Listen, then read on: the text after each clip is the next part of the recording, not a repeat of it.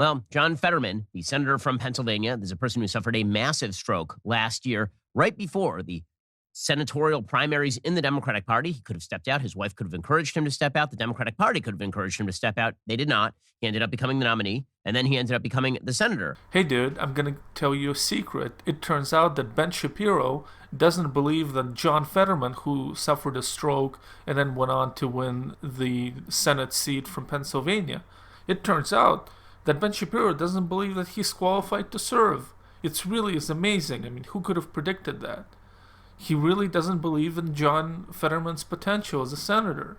I mean, it really shook me when I heard that. All right, so Ben doesn't like Fetterman. What are you going to do? What are you going to do about it, Ivan? I'm not going to do anything about it, but remark on a strange way that Ben Shapiro decided to go about this. You see, Ben Shapiro isn't going to attack Fetterman. Instead, he's going to pretend that he has some sort of empathy for him, almost like Ben is going to be, shedding a few salty tears about John Fetterman's predicament. So now we have this Ben Shapiro's fake empathy intact. He cannot have John Fetterman as a bad guy. And here, bizarrely, he starts attacking John Fetterman's wife. So John Fetterman has become, in Ben's view, some sort of a brainless zombie, some sort of a brainless victim of his Democratic handlers and of his wife, who are pushing him in spite of his will to become the senator of Pennsylvania. Now, there is no evidence. There is no evidence for any of that happening. There is no evidence that somebody pushed John Fetterman toward a career or a position he didn't want. But, compassion, Mr. Compassion, Ben Shapiro, views it differently. And so we just enter this bizarre world where John Fetterman is more disabled than he is, and where all of his decisions come from other people. But, maybe I'm wrong. Sometimes I'm very cynical about these things, and I don't really give people a chance.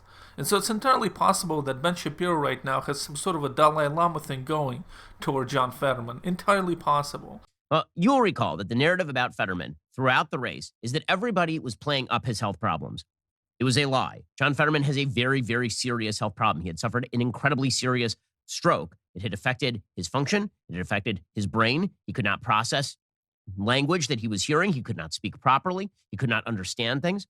And we were told that we were supposed to ignore all of this, that to play any of this up, to even notice any of this was a form of ableism. And his wife, Gisele Fetterman, who seems like one of the grosser people in American politics, having essentially pushed her husband into continuing his run despite his extraordinarily serious health ailment, she kept saying, why don't you just leave him alone? He's totally fine. He's totally fine. The interesting thing is that if Ben Shapiro considered John Fetterman as this selfish douchebag, a kind of somebody unable to fulfill the duties of being a senator, just some sort of selfish cripple who's trying to do something that he's unable to cognitively do, then this view of John Fetterman is in some ways better than what we have here. Because here, John Fetterman is just a brainless prop with no agency, who's just kind of pulled in different directions and told to walk straight when he himself doesn't know what's going on. I think that the second view is worse because it basically erases John Fetterman as an independent person continuously just because he had a stroke, which many people do have a stroke. Okay, so then there's a major debate, you'll recall, between Mehmet Oz, the Republican Pennsylvania senatorial candidate, and John Fetterman, in which Fetterman clearly cannot speak, in which Fetterman is botching his sentences, in which Fetterman cannot get through a full paragraph without stumbling all over himself, again, not through any fault of his own, putting aside his politics, just because he has a serious brain issue. And we were told even then that to notice was a form of ableism. And don't worry, guys, he would get better. It was very important to recognize how much better he would get. In fact, Scientific American ran an entire piece on October 21st, 2022, titled, John Fetterman Shows How Well the Brain Recovers After Stroke. Following a stroke, the brain's own repair processes can lead to a strong recovery in people, such as Senate candidate John Fetterman. It's really bizarre that for some reason, Ben Shapiro decided to use this scientific article as somehow an example of liberal bias. Oh, look at these crazy communists. They're saying that many people recover some of their functioning after a stroke. Who could fucking believe that if not like your neighborhood Bolshevik? Saying aphasia, or the inability to understand or express speech, is very common following a stroke, impacting an estimated third of people who have one. But the brain can modify and adapt to this new injury, a process known as neuroplasticity. Again, the idea here was that John Fetterman would be just fine. He would be just fine. Well, I don't think the message is just John Fetterman is going to be just fine. The message is that people with strokes continue being people after experiencing strokes. In addition to it, a lot of their loss is made up with time, with fucking the brain kind of fucking compensating for crap. Why am I so angry? You know, I don't know. I don't know why I'm so angry. I'm almost like Ben Shapiro reading about strokes. Somehow it's contagious, the negativity. These scientific douchebags. Ben Shapiro and I just get these douche chills from this fucking articles about strokes, motherfucker. We know that last week, John Fetterman ended up in the hospital for several days. Ended up in the hospital for unspecified reasons. It was unclear whether he'd had another stroke. There were some scans done. It turned out that, thank God, he did not have another stroke. Well, now he has checked himself into the hospital for clinical depression again. And it has become perfectly obvious, or should be obvious to anyone with a brain at this point, anybody with a functioning heart at this point, anybody who has any level of empathy at all at this point, John Fetterman should not have been running for the Senate. Anybody with a functioning heart, anybody with an ounce of compassion would join Ben Shapiro into throwing John Fetterman into the dustbin of history as an irrelevant cripple. This is how we spell compassion with Ben Shapiro. What's amazing, however, is how quickly, even during the Senate race, there was talk about his wife, Gisele Fetterman, replacing John Fetterman in the Senate. And so the going wisdom was that if John Fetterman were to step down, his wife would replace him, which would immediately make her one of the worst people in American public life, if she's not already. Because then it would be like, okay, I ran a person I knew had a serious physical handicap and mental handicap. I ran a person I'm supposed to love, who's supposed to be my highest priority, for the Senate. And now I'm going to take a seat. I mean, it would just be extraordinary. It'd be extraordinary. Yeah, it would be pretty extraordinary. It would be very extraordinary because there is no evidence of that ever happening. There is no evidence whatsoever that at any point John Fetterman wanted to withdraw from the race. And this is why I say that if Ben Shapiro viewed John Fetterman as power-hungry, as this power-hungry invalid, clawing his way to power in spite of the fact that he's not cognitively capable of fulfilling his duties as a senator. If this was Ben Shapiro's line, then it would be way more humane from my point of view, from the way that he presents John Fetterman after a stroke as some sort of a clueless humanoid, somebody who's barely human, who's just being directed by other people toward his Senate seat. So yesterday, John Fetterman checked himself into the Walter Reed Hospital to seek treatment for clinical depression. The announcement came from a statement released on Thursday by Fetterman's chief of staff, Adam Gentleson. It said, last night, Senator John Fetterman checked himself into Walter Reed National Military Medical Center to receive treatment for clinical depression. While John has experienced depression on and off throughout his life, it only became severe in recent weeks. Well, I mean, what could have happened in recent weeks? What could have happened in recent weeks that would have, maybe added to John Fetterman's stress? Could it be the fact that it is now February and John Fetterman officially became a senator about 5 weeks ago? Maybe that would be the issue here. If you look closely at Ben Shapiro, you can almost see his salty tears for John Fetterman. I mean, look, check out this Mr. Compassion over there. If the stroke didn't throw John Fetterman into the dustbin for cripples, then the depression clearly should. Ben Shapiro is very tender, very empathetic. And so it just breaks his heart to see John Fetterman suffering like that because of his wife. Gisele asking for privacy on the basis of his health problems that, again, you guys were hiding for months. You didn't let him do interviews. You didn't explain what was going on with his brain. You lied to the Pennsylvania people. And then when the lies ended, you then implied that anybody who was pointing this out was an ableist. She wrote, after what he's been through in the past year, there's probably no one who wanted to talk about his own health less than John. I'm so proud of him for asking for help and getting the care he needs. This is a difficult time for our family, so please respect our privacy. For us, the kids come first. Take care of yourselves. Hold your loved ones close. You are not alone. For Gisele, the kids come first. I mean, I have serious questions about her as a human being. I really do. Poor Ben. I mean, you see a really guy who's trapped in the castle of compassion that he has built, over his observations of Fetterman. Ben Shapiro lives in the compassion Fetterman castle. He tries to get away. He tries to move on with his life. But Gisele, it's Gisele. It's like, dude, you made up some sort of a strange Phantom of the Opera type shit, like some sort of a narrative that Gisele was pushing Fetterman further and further that Fetterman is being. It's like you made this whole thing up. You don't feel any empathy to begin with. But why do you have this like a strange fantasy world where Fetterman ever wanted to leave the race? I don't even know what I'm saying anymore.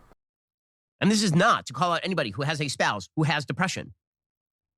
People should get the care that they need. There's nothing wrong with John Fetterman going and getting the care that he needs. There's something very wrong with a spouse of a person who has a serious brain problem running that person in a senatorial election when the person is not well, and then making the most of the situation politically. And then when the mental health problems continue, when the brain problems continue, then it's all about the privacy, and we wish we had our privacy. It's really again, there's only one reason that John Fetterman is in the public eye right now, and it's because the Democratic Party and the compliant media and his immediate family all decided together that it was more important that John Fetterman take that Pennsylvania Senate seat than that he actually be given time to recover from a serious brain injury. In addition to all the events that Ben just listed, there was also one kind of factor we should not overlook, and that was actually John Fetterman's election to the Senate, especially after all voters got to see that he was in fact impacted by the stroke during the debate. They watched the debate, they watched the thing, and they voted. Because again, he is not a well person. That is not a rip on him. That is a reality. Despite the media's attempts to paint John Fetterman as though he is totally fine. So even the New York Times is pointing out that the additional stresses have made things worse for John Fetterman. It is not just a question of he was in a stable position. He was never in a stable position. And this does fall on family to protect people who are not in a stable position. Can you imagine doing this to your spouse? Can you? Can you imagine being the type of a spouse who kneels down to your hospital bed and says, the thing that you strived for all these years, your political career, it's over, you're a cripple. In fact, here's Ben Shapiro holding the compassion bin, and go ahead and get your ass in there. And just, stay at home and watch A&E or whatever. Does A&E even exist? Watch something. Fucking no, that's not compassion, Ben. You're fucking crazy. According to the New York Times, Senator John Fetterman, Democrat of Pennsylvania, who was hospitalized last week after feeling lightheaded, checked himself into Walter Reed the National Military Medical Center on Wednesday night to receive treatment for clinical depression, according to his office. His decision to do this could place Fetterman at the center of a national conversation about mental health struggles that have become more public and urgent since the pandemic began. So the New York Times is trying to now transition this conversation away from the specifics of a spouse essentially pushing her husband into continuing a senatorial run. Ben Shapiro continues to live in some sort of an alternate reality when John Fetterman is incapable of communicating. Like in Ben Shapiro's world, John Fetterman communicates through different grunts and moans, and all of them mean, please, I don't want to be a senator. The burden that Ben Shapiro, the burden of altruism that he carries on his shoulders, kind of beholding this exploitation of John Fetterman that really breaks Ben Shapiro inside. I mean, you have to have some compassion also for Ben Shapiro's broad masculine shoulders and powerful brows that hold John Fetterman's pain and suffering as much as even John Fetterman. Even John Fetterman doesn't suffer as much as Ben Shapiro suffers for John Fetterman. I mean, what a phenomenon. What a guy. Unbelievable, Ben, what's going on over here. There's a person who had a serious stroke, who was maintained in the race, pushed forward by the left-wing press, pushed forward by his wife, and now is seeing the effects of that on his brain. Alrighty, guys, the rest of the show is continuing right now. You're not going to want to miss it. We are going to be discussing the kids' content at YouTube with a member of PragerU. Apparently, they're just cultivating a bunch of left-wing content to be directed into your child's brain. We can only hope that Ben Shapiro will make more videos about John Fetterman. I mean, you think about John Fetterman trapped there all alone in a position that he didn't want, and only the caring gaze of Ben Shapiro kind of brings the truth of John Fetterman to the world. Nobody understands John Fetterman than Ben Shapiro for some reason. There is something there, almost like some sort of a knot, an altruistic, selfless, caring knot that Ben Shapiro has to live with, and it just pours out on this occasional video that kind of presents John Fetterman paradoxically as an irrelevant cripple.